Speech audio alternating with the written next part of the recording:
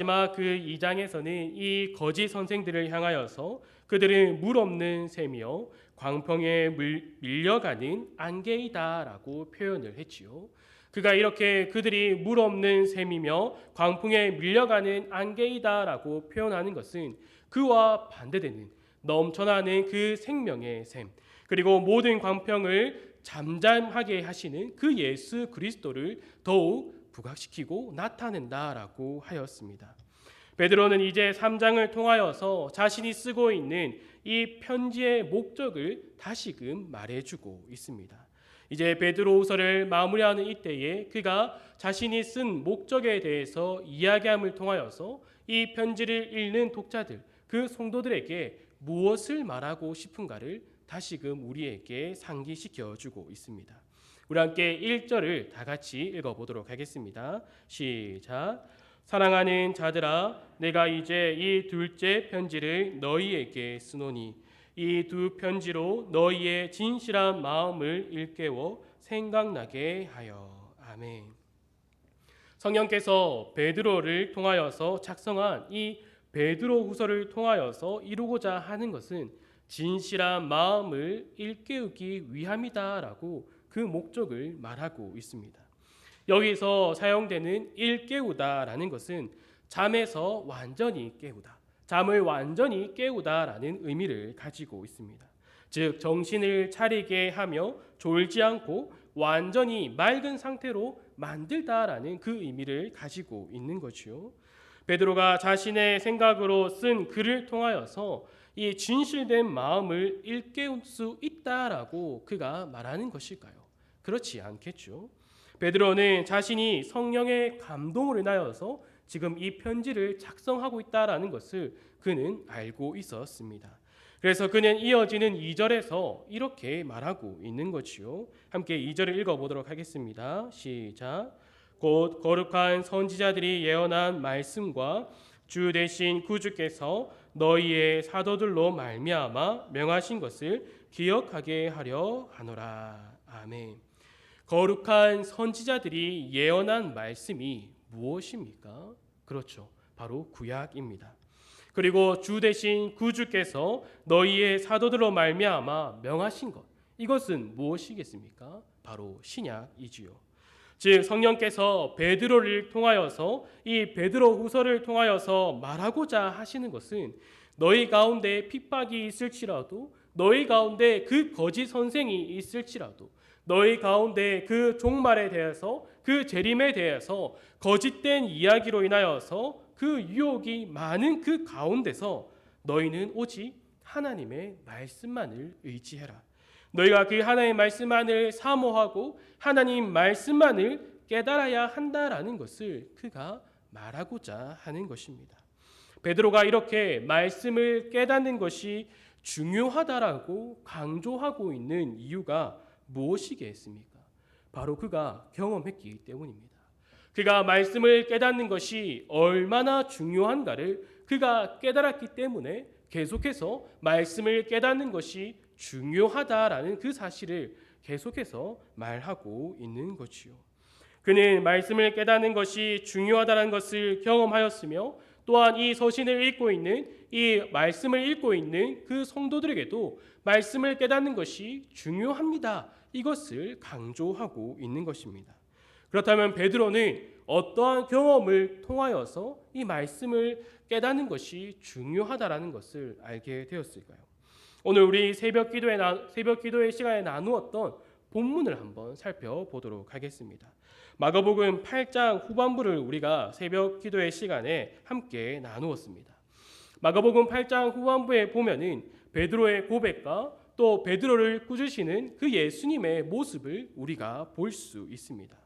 예수님께서 빌립보 가이사라에 오셔서 제자들에게 사람들이 나를 누구라 하느냐라고 질문을 하셨습니다. 이에 제자들이 무엇이라 대답합니까? 사람들이 세례 요한 혹은 엘리야, 더러는 선지자 중에 한 사람이다라고 말을 합니다라고 예수님께 대답을 하고 있지요.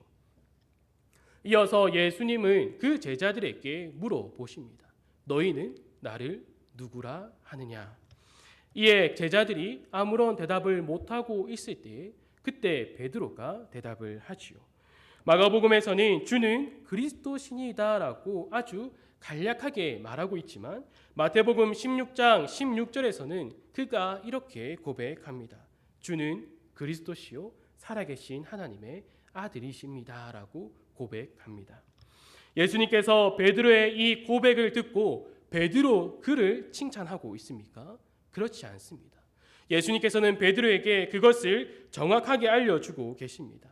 그것을 알게 한 것은 혈육이 아니요 하늘에 계신 내 아버지께서 너에게 그것을 깨닫게 하고 또한 그것을 고백하게 하셨다라는 것을 그에게 정확하게 알려주십니다.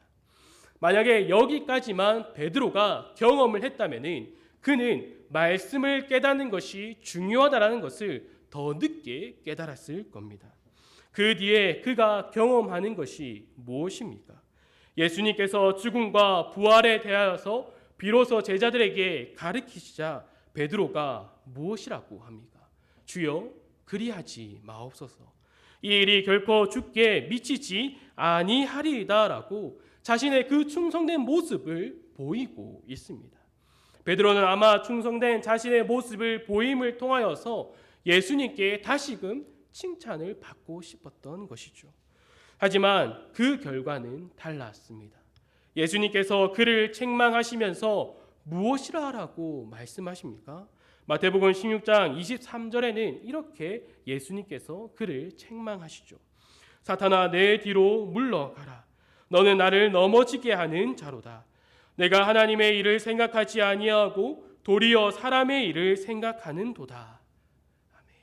이렇게 그를 책망하고 계십니다. 예수님께서는 앞서 그 베드로에게 내가 고백하고 있는 것이 하나님께서 아버지께서 알려주신 것이다라고 그를 칭찬하였습니다. 하지만 지금은 책망하고 계시는 것이요. 앞서서 그를 칭찬하고 이후에는 그에게 책망하고 계시는 그 이유가 무엇이겠습니까? 그가 예수님을 고백했을 때 예수님께서 무엇이라고 말씀하셨습니까? 우리는 그 예수님의 답변에 주목해야 합니다. 그것을 알게 한 이는 혈육이 아니요 하늘에 계신 아버지이시다라고 예수님께서 분명하게 말씀해 주시죠. 이제 그를 책망하면서 예수님이 무엇이라고 말씀하고 계십니까? 내가 하나님의 일을 생각하지 아니하고 도리어 사람의 일을 생각하는도다라고 말씀하시며 그를 책망하고 계십니다. 베드로는 예수님에 대해서 정확하게 고백하였습니다. 주는 그리스도시요 살아계신 하나님의 아들이십니다라고 아주 정확하게 고백을 했지요. 하지만 자신 앞에 있는 그 말씀을 깨닫지 못했습니다. 예수 그리스도께서 왜 오셔야 했는지, 하나님께서 그 독생자를 왜 보내어 주셨는지, 하나님께서 예수 그리스도를 통하여서 이루고자 하시는 것이 무엇인가에 대해서 그는 깨닫지 못하고 있습니다. 말씀이신 예수님을 제대로 깨닫지 못하고 자신의 생각대로 그가 예수님께 말하고 있는 것이죠. 예수님 어떻게 당신이 죽을 수 있습니까? 어떻게 우리에게 당신의 죽음을 말할 수 있습니까? 내가 당신의 죽음을 막겠습니다. 당신에게 이러한 일이 있지 않도록 제가 막도록 하겠습니다. 라고 지금 그가 자신의 생각대로 말하고 있는 것입니다. 이에 그에게 예수님께서 사탄아라고 분명하게 말씀하십니다. 베드로는 이 일을 통하여서 예수님을 고백하는 것과 또한 말씀을 깨달아서 하나님의 뜻이 무엇인가를 아는 것을 중요하다라는 것을 깨닫게 됩니다. 그래서 베드로후서 1장 20절과 21절에서 그가 이렇게 말하고 있는 것이죠. 우리 함께 읽도록 하겠습니다. 시작. 먼저 알 것은 성경의 모든 예언은 사서로이 풀 것이 아니니 예언은 언제든지 사람의 뜻으로 낸 것이 아니요 오직 성령의 감동하심을 받은 사람들이 하나님께 받아 말한 것임이라. 아멘. 그가 분명하게 말하고 있습니다. 그는 말씀을 깨닫는 것이 중요함을 절실히 경험한 자입니다.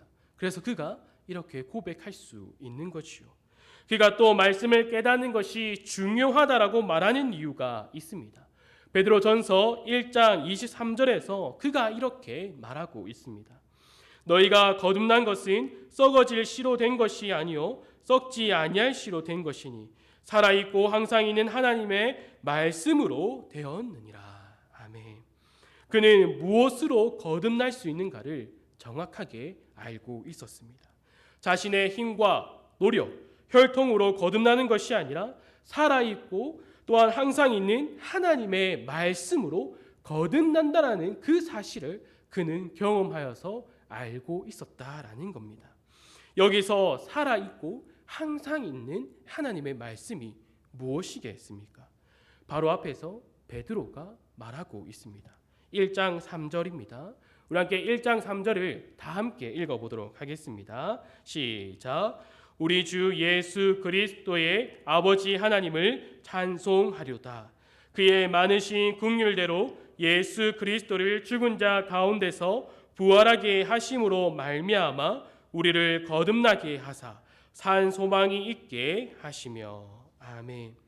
예수 그리스도를 죽은 자 가운데서 부활하게 하심으로 말미암아 우리를 거듭나게 하사. 우리가 예수 그리스도의 부활하심을 통하여서 거듭났다라는 사실을 그가 베드로 전서를 시작하면서 말하고 있는 것이요. 하나님의 택함과 부르심을 받은 우리가 그 예수 그리스도로 인하여서 거듭났다라는 사실로서 그는 자신의 편지를 시작하고 있습니다. 그리고 그가 말하는 그 본문에서 우리가 항상 있는 그 하나님의 말씀으로만 거듭날 수 있다라고 그가 말하고 있는 것이요. 즉 살아있고 항상 있는 하나님의 말씀인 그 예수 그리스도로 인하여서 우리가 거듭날 수 있다라는 사실을 그가 말하고 있는 것입니다. 그래서 그가 2장 3절에서 이렇게 말하고 있는 거죠. 주의 인자심을 맛보았으면 그리하라. 주의 인자심을 맛본 자들은 이렇게 하라라고 그가 말하고 있습니다. 무엇을 하라라고 말합니까? 갓난 아기들 같이 순전하고 신령한 젖인 그 말씀을 사모하라. 그가 말씀을 사모하라라고 말하면서 그 뒤에 주의 인자심을 맛보았으면 그리하라라고 말하고 있는 것은 그 말씀을 통하여서 살아있고 항상 있는 하나님의 말씀, 그 예수 그리스도의 인자하심을 맛본 자들아, 너희는 더욱더 그 말씀인 예수 그리스도를 사모하라라고 분명하게 말하고 있는 것이죠. 그래서 오늘 본문인 3장 1절에서 그가 이렇게 시작하고 있는 겁니다.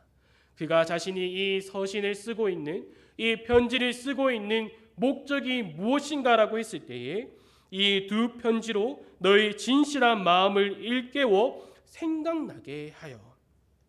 무엇을 생각나게 한다라고 했습니까? 이어지는 바로 그 예수 그리스도.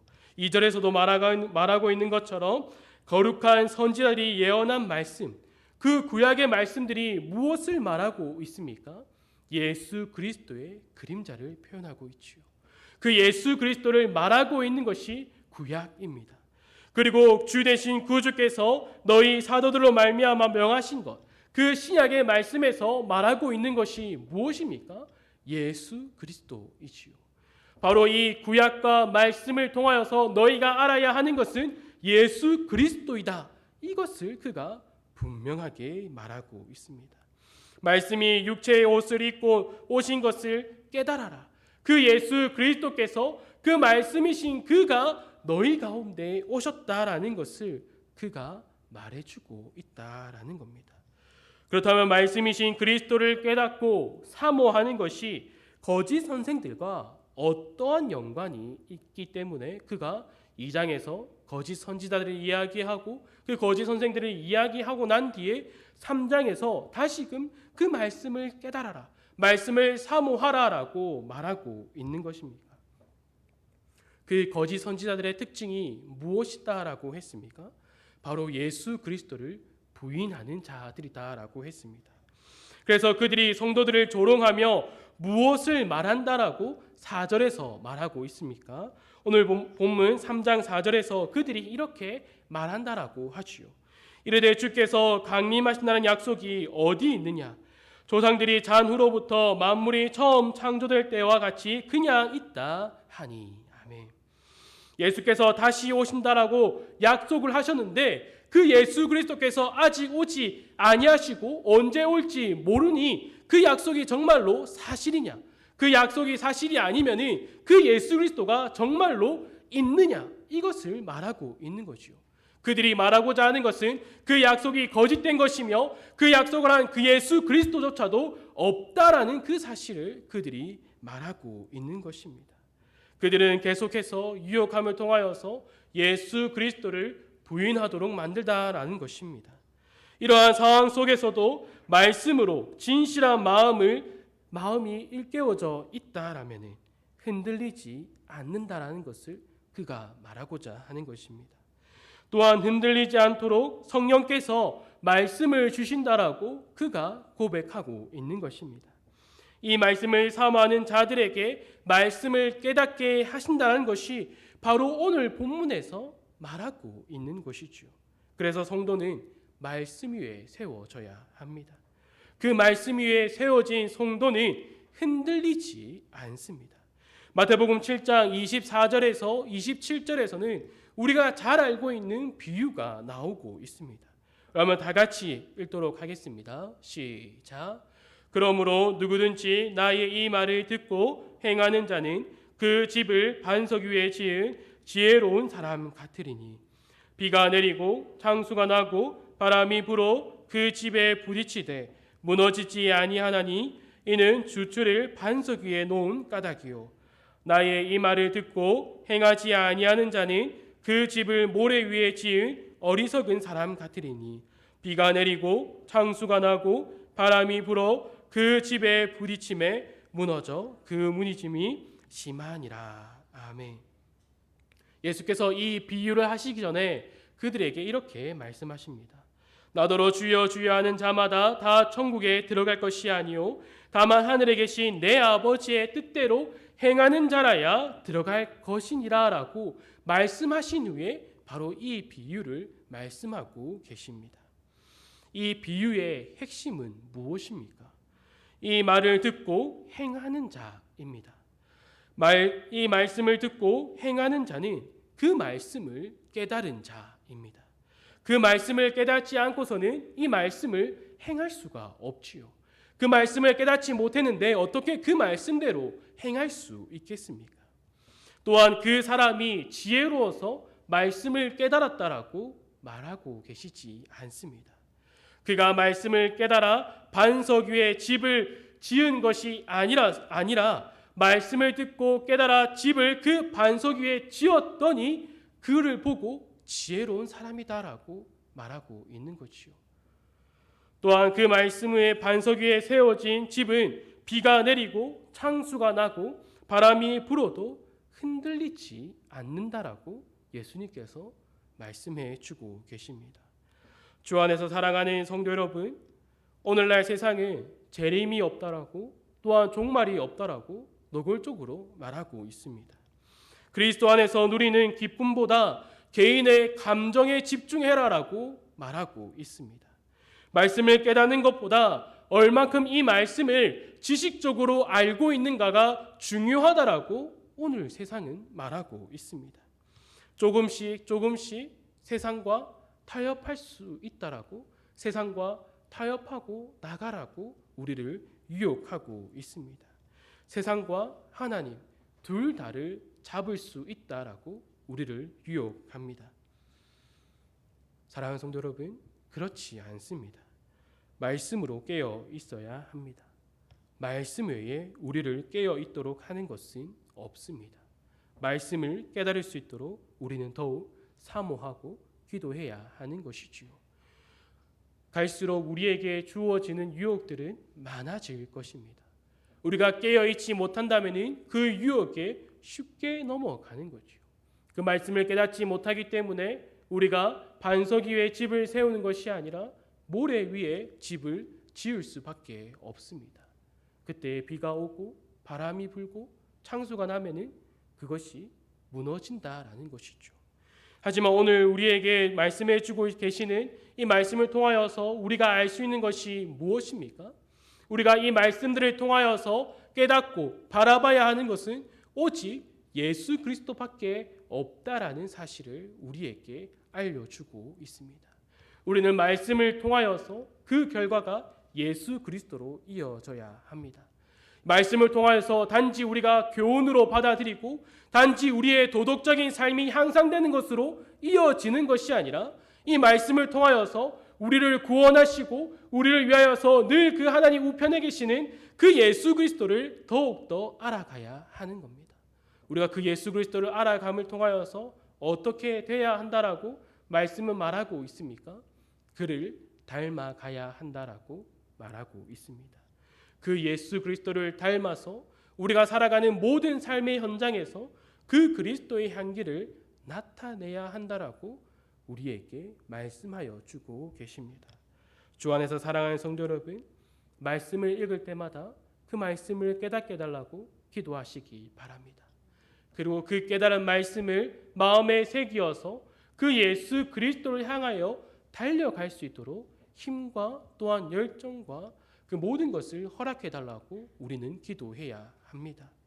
우리가 이 말씀을 통하여서 단지 지식을 채워 나가는 것이 아니라 이 말씀을 가지고 잣대를 세워서 다른 사람들을 향하여서 그 화살촉을 내세우는 것이 아니라 말씀을 통하여서 내 자신을 더욱더 죽이고 비우고 또한 말씀의 자리로 나와서 기도할 때마다 내 자신을 비워나감을 통하여서 무엇으로 채워야 합니까? 말씀으로 채워야 합니다. 항상 살아있고 또한 하나님과 함께 있는 그 말씀 예수 그리스도로 나를 채워가야 한다라는 겁니다. 베드로는 이 사실을 알고 있었습니다. 베드로는 이것을 깨달았습니다. 베드로는 이 사실을 깨달아서 계속해서 말해주고 있는 것이죠. 성령의 감동하심으로 우리에게 그가 말을 할 때에 예수 그리스도를 더욱 알아가라. 그 예수 그리스도를 더욱 사랑해라, 사모해라. 그 맛보았으면은 그 신령한 젖을 맛보았으면은 더욱더 사모하고 구해라라는 것을 우리에게 계속해서 말해주고 있는 것입니다. 사랑하는 성도 여러분, 오늘 이 시간 기도할 때에 우리가 이것을 위하여 기도하시길 간절히 소망합니다. 말씀을 깨달아서 그 말씀을 깨달아 마음에 새기어서 예수 그리스도를 더욱 닮아가게 해달라고, 내 모습을 통하여서 내 자신이 내 성공한 모습이 나오는 것이 아니라 예수 그리스도의 모습이 나오도록 기도하는 우리 성도 여러분이 되기를 간절히 소망합니다. 함께 기도하도록 하겠습니다. 아버지 하나님 감사합니다. 우리가 언제나 말씀을 깨달을 때마다 풍성히 누리는 은혜가 예수 그리스도를 알도록 하여 주시옵소서. 우리를 구원하신 그 예수 그리스도를 더욱 붙들고 더욱 닮아갈 수 있도록 우리에게 풍성한 은혜를 부어주시길 간절히 소망합니다. 우리에게 주어진 그 은혜를 통하여서 우리가 날마다 그 은혜를 풍성히 누리고 나감을 통하여서 온전히 살아있고 항상 있는 그 하나님의 말씀, 그 예수 그리스도를 더욱 사모할 수 있도록 우리의 마음을 주장하여 주시길 간절히 소망합니다. 그래서 우리가 우리의 모든 것을 비워서 오직 예수 그리스도로만 채워가서 그리스도의 향기를 내며 살아가는 하나님의 자녀, 하나님의 백성이 되도록 우리를 더욱 붙들어 주시길 간절히 소망합니다. 이 모든 것 예수님의 이름으로 기도드립니다. 아멘.